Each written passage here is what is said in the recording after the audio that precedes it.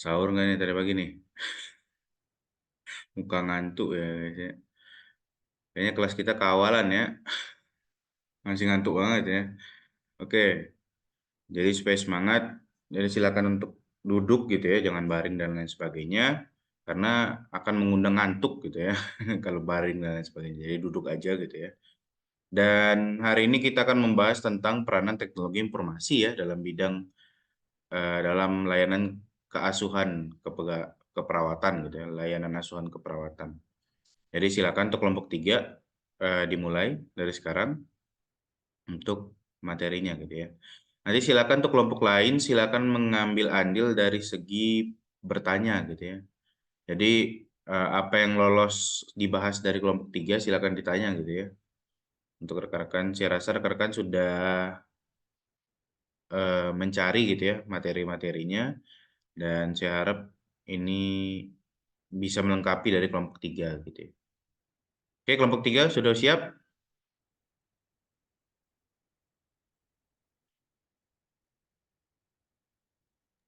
Sebentar Pak, ini Hubungi teman-teman yang lain juga ya. Itu link presensi sudah saya berikan ya, silakan diisi.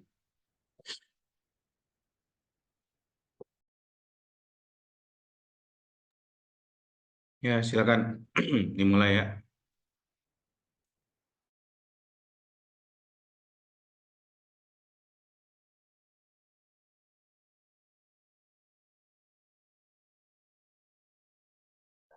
Assalamualaikum warahmatullahi wabarakatuh.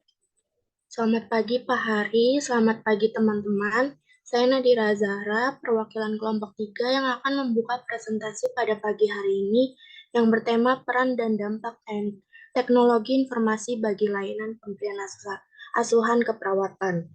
Nama anggotanya ada Salman Hafiza, Laras Selina Wardani, saya sendiri Nadira Zahra, Ursula Donatus, Arum Jenitasia, Widya Nurbaiti, dan Kaila Noveria Putri.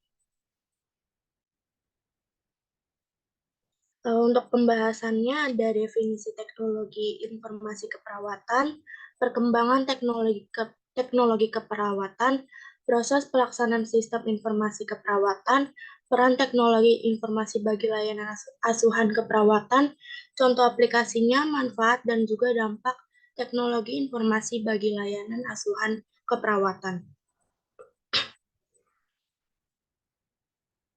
Lanjut. Definisi teknologi informasi keperawatan, bidang yang berkembang di ilmu informasi dan ilmu komputerisasi bagaimana penggunaan mengelola informasi secara efisien dan efektif untuk perawat. Selanjutnya akan dibacakan oleh teman saya. selanjutnya ada perkembangan teknologi keperawatan di mana pada 800 sebelum Masehi ini di Indonesia masih menggunakan catatan medis pada kulit kayu atau daun lontar berbahasa Sanskerta dan pahatan Orca. Pada tahun 2000-an ini perkembangan teknologi sudah mulai dibicarakan terutama di tahun-tahun sekarang ini kebanyakan rumah sakit itu sudah menjalankan program yang eh, masa depan itu melanjutkan program yang baik. Selanjutnya akan dijelaskan oleh teman saya.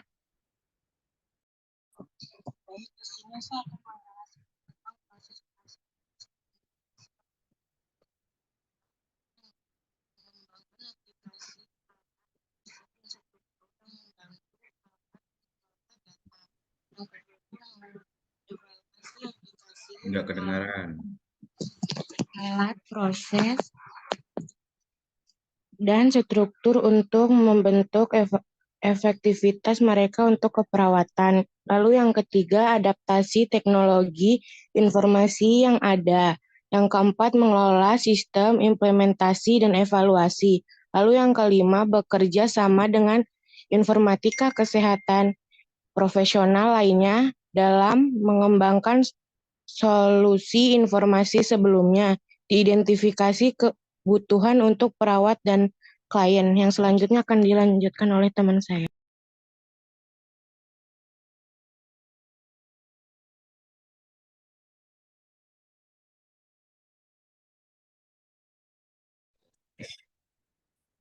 Selanjutnya, ada peran teknologi informasi bagi layanan asuhan keperawatan untuk meningkatkan efisien dan kualitas pelayanan pasien menjadi lebih baik untuk menjaga keamanan dan kerahasiaan data pasien, memberikan dan menerima informasi yang bermanfaat bagi profesi lainnya yang terkait dalam layanan kesehatan pasien. Akan dilanjutkan oleh rekan saya.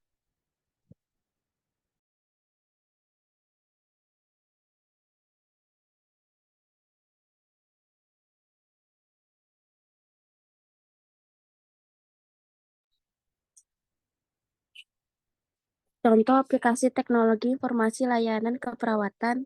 Yang pertama, telenursing. Yang kedua, rekam medis digital.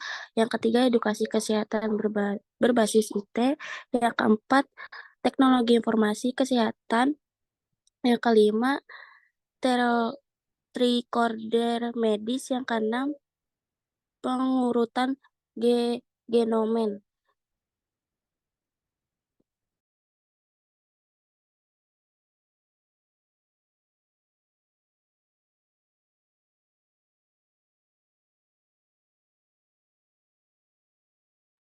Manfaat teknologi informasi di layanan asuhan keperawatan untuk meningkatkan efisiensi, menjadikan layanan kesehatan lebih aman dan efektif, serta meningkatkan kualitas dan hasil. Untuk mengumpulkan rekam medis memberikan kinerja yang sangat baik dan hasil yang sangat baik.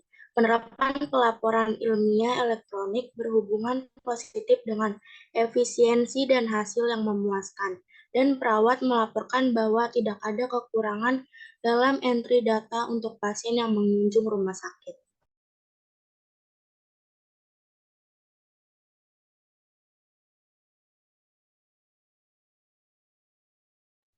Selanjutnya ada dampak negatif, yaitu ada peralatan yang membahayakan karena ketidakmampuan perawat dalam menggunakannya. Kedua, ada pelanggaran privasi pasien. Ketiga, ada kurangnya sentuhan atau kontak dengan pasien. Nah, keempat, adanya kehilangan atau kebocoran data pasien. Lima, memerlukan biaya yang mahal. Enam, memerlukan kebijakan dalam menentukan sistem informasi. Tujuh, perlu waktu yang lama untuk mempersiapkan struktur organisasi. Yang kedelapan, persiapan SDM. Dampak positifnya itu yang pertama ada memperoleh informasi yang berguna, akurat, terpercaya, detail, cepat, dan relevan. Kedua, pelaporan data yang mudah dan cepat diketahui. Ketiga, meningkatkan kualitas informasi dan sekaligus meningkatkan waktu perawat berfokus pada pemerintahan asuhan. Yang keempat, mudah membaca dan mendapatkan informasi tentang semua pasien dan suatu lokasi. Yang kelima, data yang telah disimpan dapat lebih efektif dan dapat menjadi sumber dari penelitian, dapat melihat kelanjutan dari edukasi ke pasien, melihat penyakit, serta dapat memperhitungkan biaya dari pelayanan kesehatan. Yang keenam, menjadi pendukung dalam pengambilan keputusan. Lanjut. Apakah ada pertanyaan, teman-teman? Oke, silakan bertanya. Kalau sekarang kita lebih membahas peranan gitu ya, teknologi informasi keperawatan itu seperti apa gitu ya dalam layanan asuhan. Di sini tadi kurang ya memberitahukan layanan asuhan keperawatan itu apa aja. Ada nggak disampaikan? Tidak ada ya. Tidak, Pak. Nah, nanti tolong ditambahin gitu ya, layanan asuhan keperawatan itu apa aja nih gitu ya. Nanti kita bisa tahu, tadi kan udah jelas tuh peranannya apa, terus teknologi informasi apa itu udah kalian sampaikan. Tapi untuk layanan asuhannya dalam bentuk apa kita belum disampaikan gitu ya. Jadi silakan ditambah ya. Ya, baik, Pak. Silakan untuk kelompok yang lain 1, 2, 4, 5, 6. Silakan bertanya.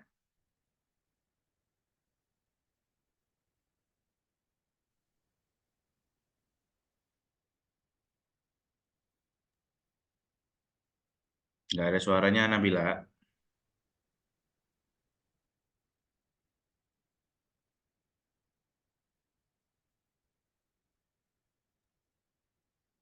Saya share screen ya Pak ya. Bagaimana Pak, suara saya terdengar?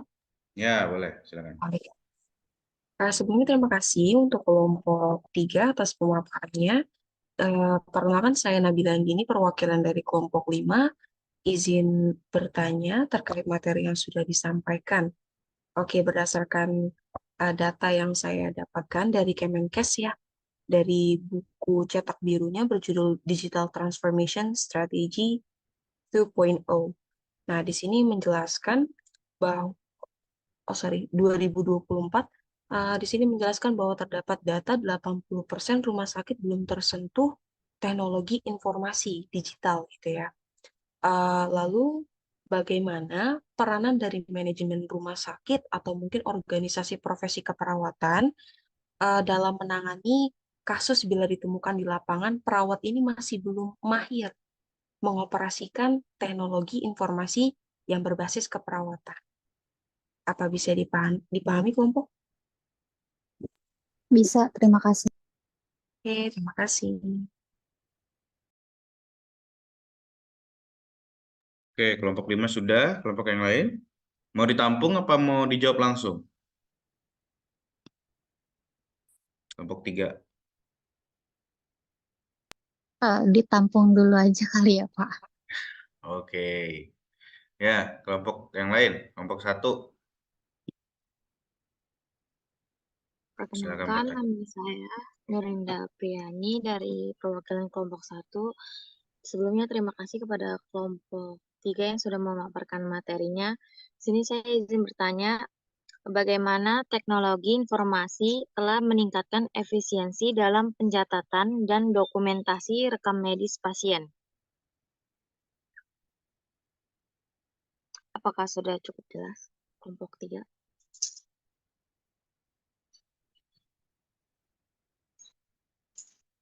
Sudah, terima kasih.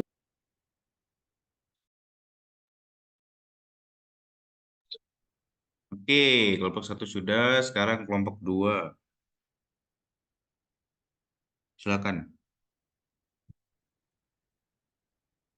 2 kemarin udah siapa ya?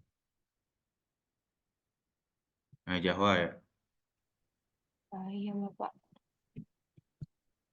Saya perwakilan dari kelompok 2 izin bertanya.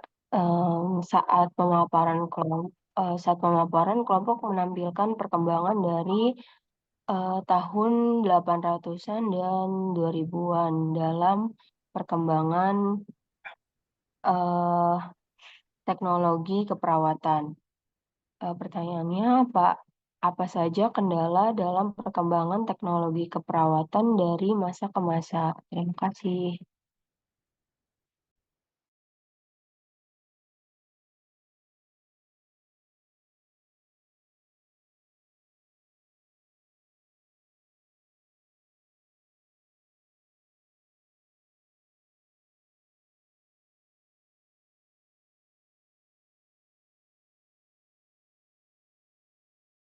Oke, sudah paham? Kelompok 3 pertanyaannya. Oke, sekarang kelompok 4. Silakan. Sebelumnya, terima kasih kepada kelompok 3 untuk pemaparan materinya. Perkenalkan, saya Jelita Oktaviani dari perwakilan kelompok 4. Saya mau tanya, apakah ada tantangan khusus yang dihadapi oleh tenaga keperawatan atau tenaga medis dalam menggunakan teknologi informasi? Apakah sudah jelas? Sudah, J. Makasih.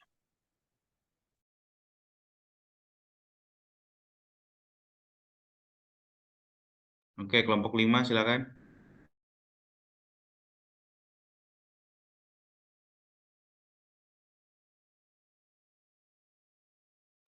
Kelompok 5 sudah tadi, Pak. Yang pertama ya bertanya. Oke, kelompok 6 salah.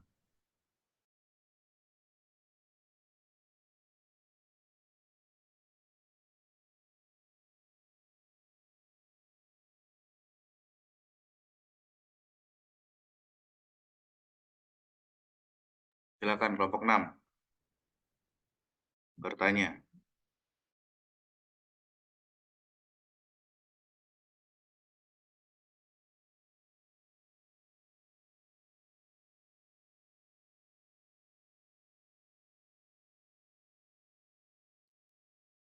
Kelompok 6 ada Elsa Day, Tracy, Cutrauna. Silakan ingin bertanya. Biar dikumpulin nih sampai kelompok 3 biar dijawabnya langsung gelondongan ya. Baik, sebelumnya terima kasih kepada kelompok yang sudah mempresentasikan. Pertanyaannya, apakah ada risiko atau tantangan yang sebenarnya perkenalkan, nama saya Elsa Day dari kelompok 6.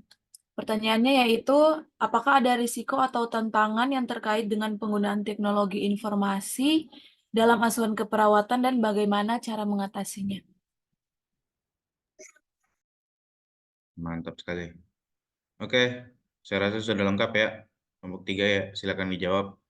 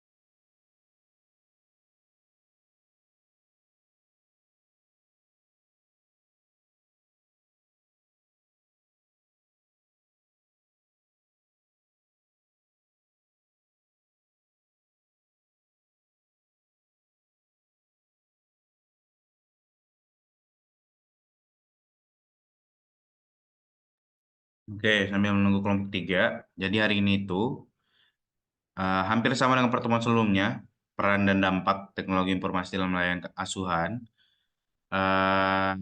Intinya adalah efektivitas dan efisiensi tentu saja. Balik lagi, efektivitas dan efisiensi dan membantu meringankan tugas rekan-rekan dalam layanan asuhan gitu ya. Nah, dalam peningkatan efisiensi tersebut maka dibutuhkanlah teknologi informasi. Ada juga nantinya adalah akses informasi yang lebih cepat nih. Kalian kan tentu saja kalian nggak tahu semuanya ya, maksudnya nggak superhero tahu semuanya pastinya. Karena kita pastinya nanti akan membuka sesuatu, walaupun nanti kalian udah dapat gelarnya, tapi tentu saja kalian bakalan nyari nih. Di saat kalian kerja, kalian pasti akan nyari tetap gitu ya. Nah, sistem informasi ini bisa menjadi panduan kalian ataupun guidance kalian juga nih dalam segi keperawatan yang harus step by step gitu ya. Takutnya stepnya lupa atau apa gitu. Nah, bisa nih teknologi informasi dipakaikan gitu. Karena kan keperawatan sendiri itu banyak step-stepnya ya yang saya tahu mah gitu. Nah, begitu juga nanti ada kolaborasi tim. Jadi kan tentu saja kalian nanti akan bekerjanya sebagai tim gitu ya, shift by shift gitu ya. Nanti ada yang bagian untuk gathering information gitu ya. Terus ada yang take action, terus ada yang mengambil keputusan. Nah, itu dari serangkaian kegiatan tersebut bisa dipercepat gitu kalau dengan menggunakan teknologi informasi dalam layanan asuhan gitu ya. Lagi dan lagi efektivitas dan efisiensi gitu. Dan juga nantinya sebagai apa ya, buku kalian bisa juga gitu ya di teknologi informasi ini gitu bisa dipakai. Nah, tentu saja teknologi informasi ini apa yang kita omongkan adalah aplikasi yang sudah dibuat di rumah sakit gitu ya. Nah, nantinya itu yang sebagai guidance kalian untuk melakukan perawatan gitu. Nah, nanti layanan asuhannya tuh apa aja gitu ya. Nah, disampaikan aja nanti di kelompok 3. Layanan asuhan tuh apa aja. Bisa juga kan kayak evaluasi kesehatan gitu ya. Terus pengkajian dan pemantauan. Terus manajemen nyeri, konseling kesehatan, dan lain sebagainya. Nanti disampaikan aja apa aja layanan asuhannya. Nah, masing-masing ini harapannya untuk yang lebih baik itu bisa tercover oleh teknologi informasi gitu ya. Nah, tapi mungkin layanan asuhan yang seperti eh,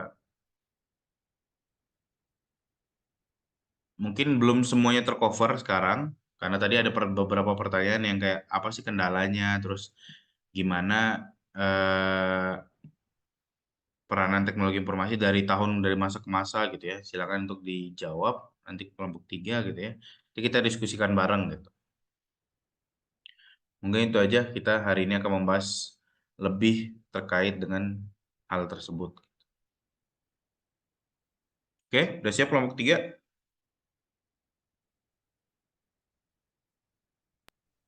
Pak, izin menjawab pertanyaan Indah. Silakan. Pertanyaannya, bagaimana teknologi informasi telah meningkatkan efisiensi dalam pencatatan dan dokumentasi rekam medis pasien? Teknologi informasi telah meningkatkan efisiensi dalam pencatatan dan dokumentasi rekam medis pasien melalui beberapa cara, yaitu pencatatan elektronik. Penggunaan sistem pencatatan elektronik menggantikan pencatatan manual, mengurangi kemungkinan kesalahan, dan meningkatkan kecepatan dalam mengakses informasi pasien. Kedua, akses cepat dan tepat. Dengan sistem basis data yang terpusat, petugas kesehatan dapat dengan cepat mengakses informasi penting tentang pasien dari mana saja dan kapan saja, memungkinkan perawatan yang lebih tepat waktu dan responsif. 3. Konsistensi dan kelengkapan. Sistem pencatatan elektronik memastikan konsistensi dalam cara informasi direkam dan memastikan bahwa rekam medis pasien selalu lengkap dengan semua informasi yang diperlukan. 4. Pengurangan ruang fisik. Dengan menggunakan rekam medis elektronik, rumah sakit dapat mengurangi penggunaan kertas dan ruang penyimpanan fisik yang diperlukan untuk menyimpan rekam medis, mengurangi biaya dan meningkatkan efisiensi ruang. 5. Integrasi dengan sistem lain. Sistem pencatatan elektronik dapat diintegrasikan dengan sistem lain seperti sistem pengelolaan inventaris obat atau sistem pemanggilan jadwal pasien, meningkatkan koordinasi dan efisiensi secara keseluruhan dalam proses perawatan. Gimana, Indah? Ya baik, terima kasih Nadira atas jawabannya. Sudah cukup. Paham, Indah? Oke. Yang ditangkap adalah efektivitasnya ya. Jadi yang dulunya rekam medis itu kalian cari pakai nomor ya. Ya, nomor terus buka loker, dicari satu-satu gitu ya. Ya lama banget ya. Kalau untuk orang udah lama mungkin cepet gitu ya. Tapi kalau untuk yang baru-baru nih, kalian baru pindah ke tempat tersebut, terus baru lihat rekam medisnya itu lama banget nih, gitu ya. Nah, begitu juga kalau misalnya ada teknologi informasi, jadi kalian tinggal cari namanya atau cari nomornya itu langsung kebuka datanya. Kalau datanya benar ya dari awal pengerjaannya gitu. Nah, itu mempercepat waktu gitu. Jadi kan antriannya nggak jadi banyak gitu ya. Terus dan juga nggak rusak nih buku rekam medisnya ataupun datanya kan karena di database ya dalam server gitu ya. Jadi kalau kalian pakai rekam medisnya manual kan tentu saja nanti entah ada rayap gitu ya. Rekam medisnya rusak, kena air, kalau banjir ya klinik kalian ataupun rumah sakitnya gitu ya. Nah, itu efektivitasnya kalau memang diolah dengan baik maka bakalan meningkatkan banget. Tapi kalau tidak diolah, maka bakalan menyusahkan gitu ya. Kalau misal dari awal tidak diolah, terus padahal ini kita tahu nih efektivitasnya dari segi ruangannya berkurang, dari segi kertasnya tidak ada, dari segi pencariannya lebih cepat. Kalau pengelolaan bagus mah aman gitu ya. Kita bisa langsung nyari gitu. Oke? Paham sampai sini? Jadi penting banget bagi kalian itu tahu teknologi informasi dulu gitu. Oke, lanjut. Kelompok 3. Pak, saya izin menjawab pertanyaan dari Jelita. Oke, si Jelita. Pertanyaan itu, apakah ada tantangan khusus yang dihadapi oleh tenaga keperawatan dalam menggunakan teknologi informasi? Jawabannya, ya ada beberapa tantangan khusus yang dihadapi oleh tenaga keperawatan dalam mengadopsi dan menggunakan teknologi informasi. Yang pertama itu keterbatasan pengetahuan teknologi. Banyak tenaga keperawatan mungkin tidak memiliki pengetahuan atau keterampilan yang memadai. Yang kedua, kesesuaian dengan kebutuhan klinis. pemilihan sistem informasi keperawatan yang sesuai dengan kebutuhan klinis dan proses kerja di unit rumah sakit. Yang ketiga, ketersediaan dan aksesibilitas. Terkadang fasilitas kesehatan mungkin tidak memiliki infrastruktur IT yang memadai. Yang keempat, privasi dan keamanan data. Tenaga keperawatan harus mematuhi regulasi privasi dan keamanan data yang ketat ketika menggunakan teknologi informasi. Yang kelima, perubahan budaya dan penyesuaian. Adopsi teknologi informasi sering membutuhkan perubahan budaya di dalam organisasi. Yang keenam, biaya implementasi dan pelatihan. Implementasi sistem informasi keperawatan dan pelatihan staf membutuhkan investasi finansial dan sumber daya manusia yang signifikan, dan ini bisa menjadi tantangan bagi fasilitas kesehatan yang memiliki anggaran terbatas. Yang ketujuh, ketergantungan pada teknologi. Meskipun teknologi informasi dapat meningkatkan efisiensi dan kualitas asuhan keperawatan, ada risiko ketergantungan yang berlebihan pada teknologi yang dapat mengganggu kemampuan tenaga keperawatan untuk memberikan asuhan yang empati dan personal kepada pasien. Apakah sudah jelas, Jelita? Sudah, Salma. Terima kasih.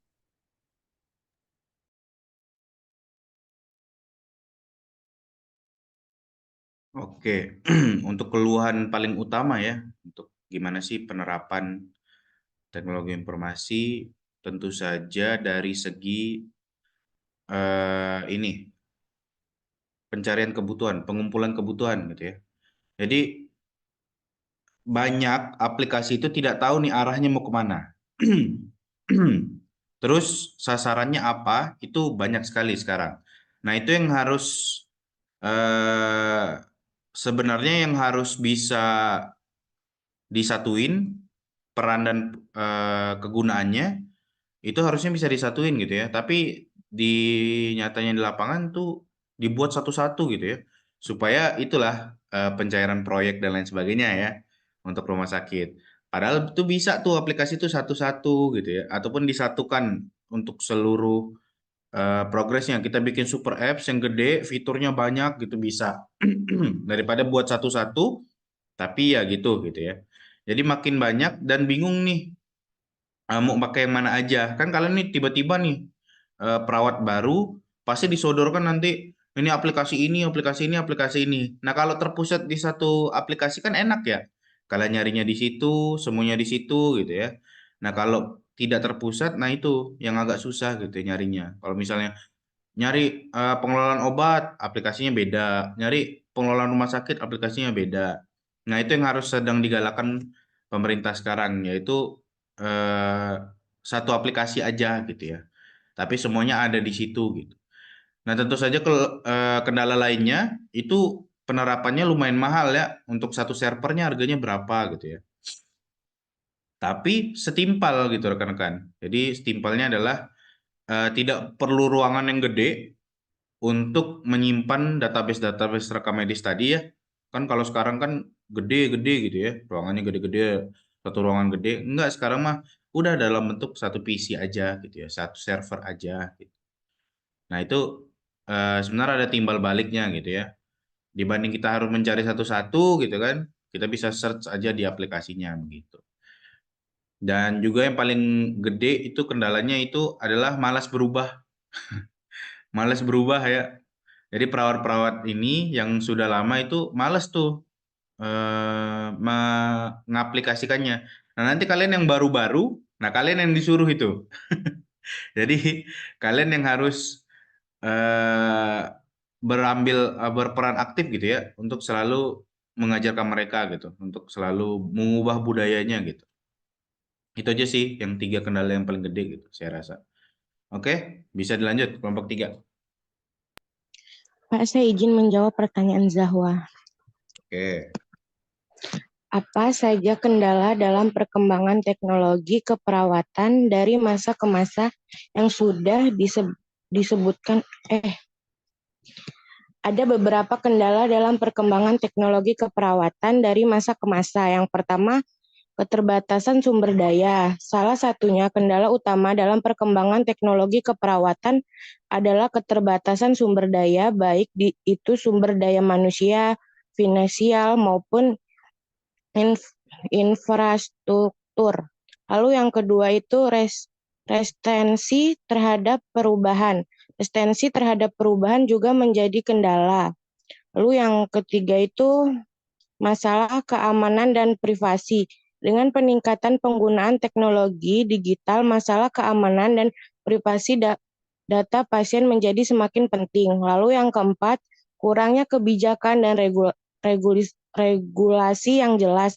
Kurangnya kebijakan dan regulasi yang jelas tentang penggunaan teknologi dalam keperawatan juga menjadi kendala. Lalu yang kelima, kesulitan dalam mengimplementasikan teknologi baru. Teknologi baru dalam praktek keperawatan bisa menjadi tantangan terutama jika teknologi tersebut kompleks dan memerlukan pelatihan khusus. Bagaimana Zahwa? Sudah jelas? Sudah, Arum. Terima kasih. Tentu saja kendala utama dari masa ke masa infrastruktur ya Jawa ya. Jadi teknologi informasi berkembang searah dengan perkembangan komputer atau gadget dan lain sebagainya. Piranti-piranti cerdas itu ya.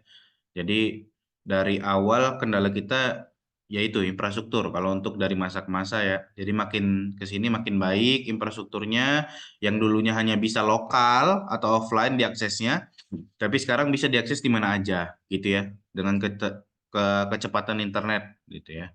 Nah, itu perkembangannya dari awal rekam medis, terus rekam medisnya dimasukkan PC gitu ya, diakses secara lokal gitu. Kan banyak tuh komputer disediakan satu terus diakses gitu ya. Nah, sekarang modenya ataupun trennya adalah bisa diakses di mana saja. Jadi bisa diakses di rumah gitu ya oleh si pemilik rumah sakit dan lain sebagainya. Nah, begitu. Jadi kendala paling tinggi yaitu infrastruktur atau perkembangan zamannya sendiri gitu ya. Jadi untuk bisa berubah tergantung zamannya berubahnya kapan gitu. Oke, lanjut kelompok 3.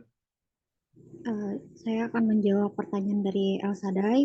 Pertanyaannya itu adalah apakah ada risiko atau tantangan yang terkait dengan penggunaan teknologi informasi dalam asuhan keperawatan dan bagaimana cara mengatasinya? Tantangannya itu udah pasti ada. Yang pertama itu ada kehilangan privasi atau keamanan data. Yang kedua ada ketergantungan pada teknologi. Ketiga, kurangnya keterampilan dan pelatihan. Keempat, ketidaksesuaian dengan praktik klinis. Lalu ada langkah untuk mengatasi dari tantangan tersebut. Pertama itu menguatkan keamanan informasi, yaitu seperti keamanan data yang kuat seperti enkripsi,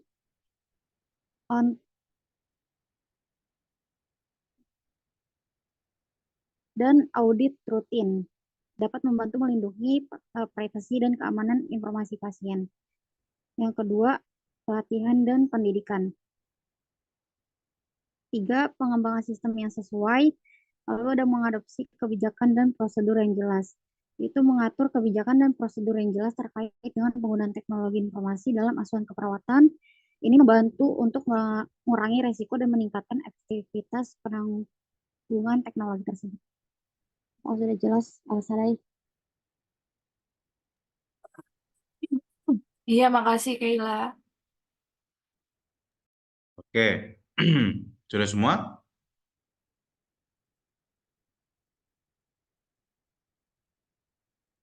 Ada pertanyaan yang belum dijawab?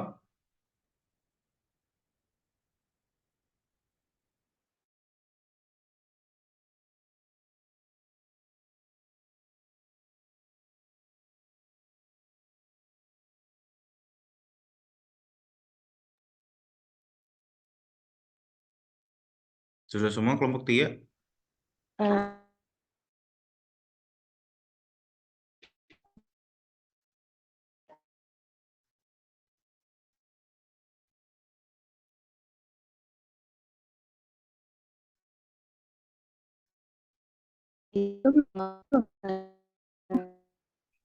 Nabila udah dijawab.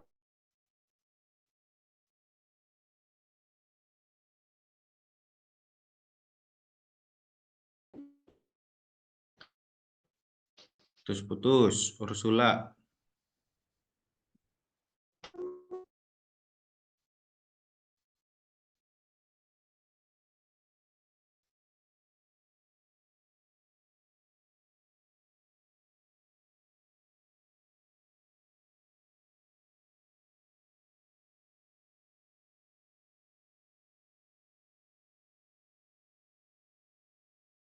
Izin menjawab pertanyaannya Nabila.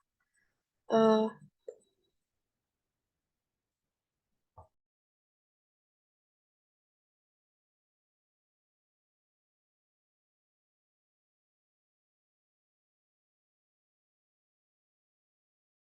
Bagaimana peran manajemen RS ataupun organisasi profesi keperawatan apabila di lapangan masih ditemukan perawat yang tidak mahir dalam mengoperasikan teknologi informasi?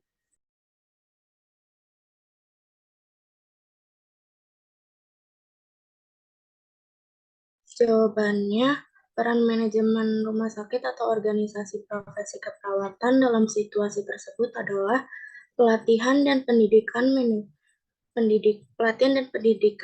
Manajemen rumah sakit atau organisasi profesi keperawatan dapat menyelenggarakan pelatihan dan pendidikan reguler untuk meningkatkan keterampilan perawat dalam menggunakan teknologi informasi. 2. Supervisi dan monitoring. Mereka dapat mengimplementasikan sistem supervisi dan monitoring untuk memastikan bahwa perawat yang tidak mahir dalam teknologi informasi mendapatkan bantuan dan dukungan yang diperlukan. 3. Perkembangan kebijakan. Mereka dapat mengembangkan kebijakan yang mendorong penggunaan teknologi informasi dalam praktik perawatan sambil memberikan dukungan bagi perawat yang membutuhkan bantuan tambahan. 4. Dukungan teknis. Manajemen rumah sakit atau organisasi profesi keperawatan dapat menyediakan dukungan teknis baik dalam bentuk personil IT yang tersedia atau akses ke sumber daya tambahan untuk membantu perawat yang mengalami kesulitan dalam menggunakan teknologi informasi. 5. Kolaborasi dengan pihak terkait. Mereka dapat bekerja sama dengan pihak terkait seperti vendor teknologi informasi untuk mengidentifikasikan solusi yang sesuai dan menyediakan pelatihan khusus bagi perawat. Gimana Nabila?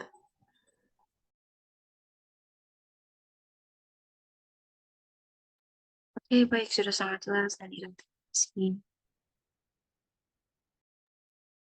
Ya, memang jadi organisasi keperawatan atau komunitas keperawatan itu berperan penting ya rekan-rekan ya. Jadi tujuannya mereka itu dibentuk nantinya adalah untuk membuat seminar-seminar nih supaya kalian tuh tahu apa sih teknologi tren terkini gitu ya. Kebijakan terkini terkait dengan keperawatan dan lain sebagainya itu wajib ada. Makanya kalian nanti kalaupun udah bekerja jadi perawat diwajibkan kan ikut keperawatan dan lain sebagainya itu ya. Apa sih komunitas ya namanya atau apa gitu. Jadi kalau saya mah ada namanya prakom, iprakom, ikatan. Yang penting ada ikatannya gitu ya. Jadi nanti rekan-rekan bisa tuh ikut. Nah, biasanya itu ada seminar-seminarnya dan itu gunanya untuk meningkatkan tren-tren tersebut, pemahaman tentang tren-tren teknologi tersebut gitu ya. Oke, ada lagi pertanyaan? Tidak ada, Nadira? Udah lengkap semua? Sudah, Pak. Udah ya. Oke. Jadi begitulah peran dan dampak ya. Peran dan dampak teknologi informasi bagi layanan pemberian asuhan keperawatan gitu ya. Jadi banyak sekali perannya dan dampaknya banyak sekali juga gitu ya. Ada negatif dan positif. Tentu saja tidak eh, enaknya dari segi tradisional ataupun dari segi masih kertas itu, mereka harus ke tempat kertasnya untuk mendapatkan datanya. Keamanannya terjamin tergantung dengan sapamnya gitu ya. Tapi kalau untuk aplikasi, harus selalu dimonitoring. Ya, walaupun nggak harus ada satpamnya gitu ya, nggak harus duduk di situ, tapi harus selalu nih dimonitoring trafiknya gitu ya. Jadi dampak negatifnya juga banyak nih, walaupun dampak positifnya banyak gitu ya juga. Nah, tentu saja kita harus selalu menjaga teknologi informasi tersebut gitu. Jadi kalian diharapkan aware gitu ya tentang adanya teknologi informasi ini nanti pada saat kalian sudah diterjunkan di lapangan gitu ya. Udah aware gitu terkait dengan gimana sih dampak positifnya, apa dampak negatifnya gitu ya, peranannya seperti apa dan tidak memblocking atau blokade supaya tidak maju gitu ya suatu rumah sakit terkait dengan teknologi informasi gitu. Oke, mungkin ada pertanyaan lagi? Silakan. Terkait peran dan dampaknya dalam layanan asuhan.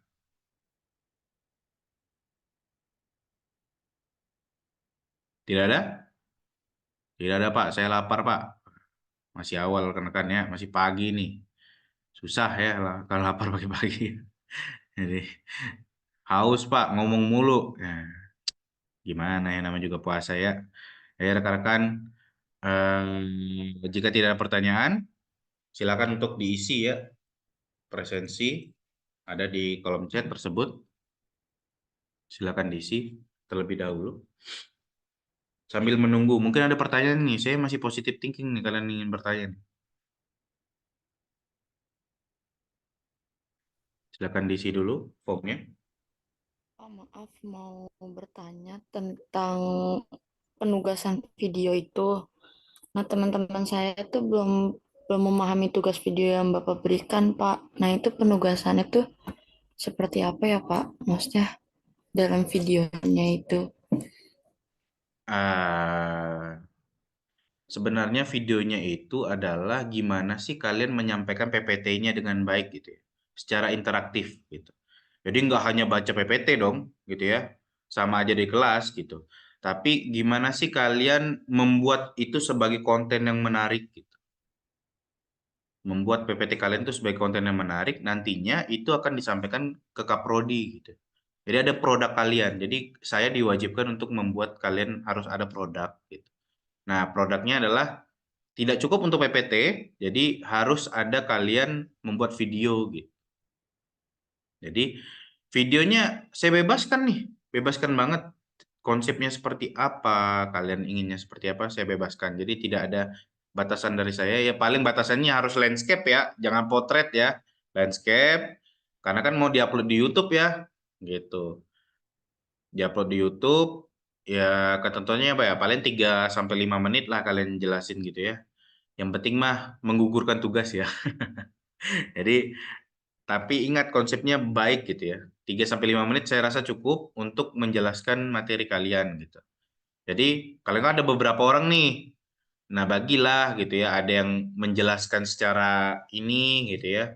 Secara teori, kalian rekaman gitu ya. Terus nanti ada editing juga, editing video dan lain sebagainya. Ya buatlah semenarik mungkin aja sih, Erli. Buatlah semenarik mungkin untuk ke masyarakat gitu. Jadi audiensnya masyarakat nih. Kalau kalian audiensnya mahasiswa, ya kalian tahu gitu ya. Rekan-rekan kalian udah paham tentang bahasa kalian. Tapi kalau audiensnya masyarakat umum, nah itu yang challenging. Jadi kalian harus menggunakan bahasa-bahasa yang mereka paham gitu ya. Jadi bebas aja. Yang penting landscape, YouTube, terus ya kameranya bagus ya. Resolusinya jangan rendah-rendah banget gitu. Nanti muka kalian petak-petak ya. Jadi silakan yang bagus gitu, HP dan lain sebagainya. Itu aja sih Erli. Jadi konsepnya saya bebaskan ke kalian. Mau seperti apa. Tapi jangan PPT terus bacain PPT kayak tadi sama aja ya. Jangan kayak gitu. Jadi bebas aja kalian konsepin. Jadi kayak apa sih ini gitu ya. Nanti ada di voice over atau kasih gambar-gambar interaktif yang lain sebagainya gitu. Infografis juga boleh gitu ya. Kalau misalnya ada kalian nyampaikan data juga boleh gitu ya. Pokoknya buat semenarik mungkin gimana sih untuk tema tersebut bisa tersampaikan ke masyarakat gitu. Berarti itu semacam kayak edukasi gitu ya, Pak? Betul sekali. Edukasi kepada masyarakat terkait materi yang kalian dalami. Untuk pengumpulannya itu sebelum UTS atau bagaimana, Pak? Sebelum UTS. Oke, baik. Nanti saya bikin link Google Drive-nya ya, Pak. Ya, boleh.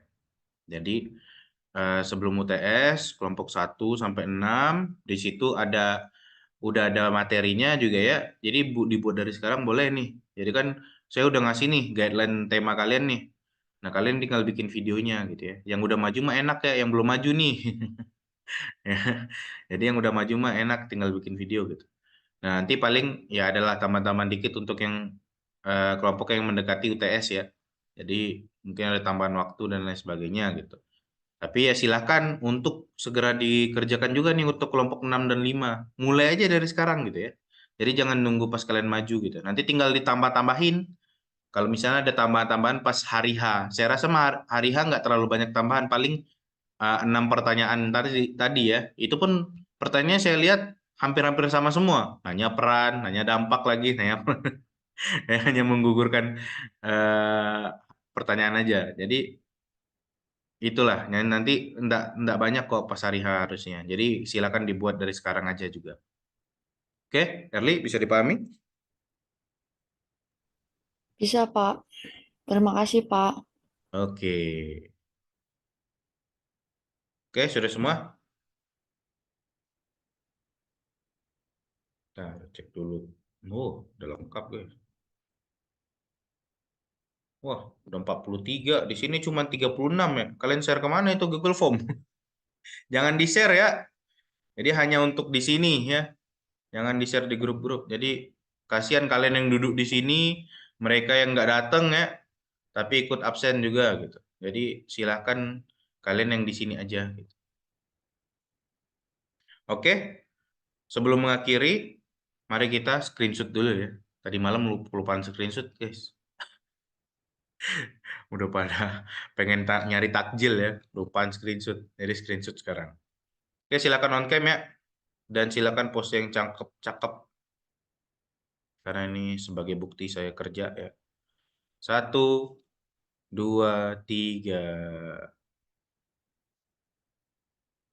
Oke, bentar.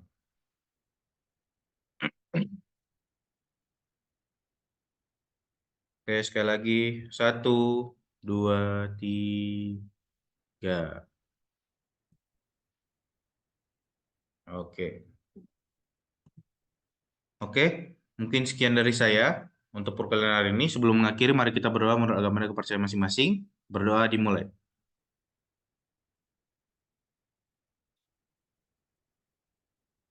Amin. Nah, oke, berdoa selesai. Terima kasih atas waktunya rekan-rekan yang sudah menyempatkan hadir pagi-pagi ya. Yang ngantuk banget habis sahur ya. Sama, mata saya juga merah nih. Masih ngantuk ya. Jadi terima kasih banget atas waktunya rekan-rekan. Semoga apa yang kita diskusikan hari ini bermanfaat bagi kita. Dan selamat berpuasa. Semoga bahagia. Bye-bye. Terima kasih, Pak. Terima kasih, Terima Bapak. kasih, Pak. Ya, Terima kasih, Terima kasih, Bapak. Pak. ya, ya.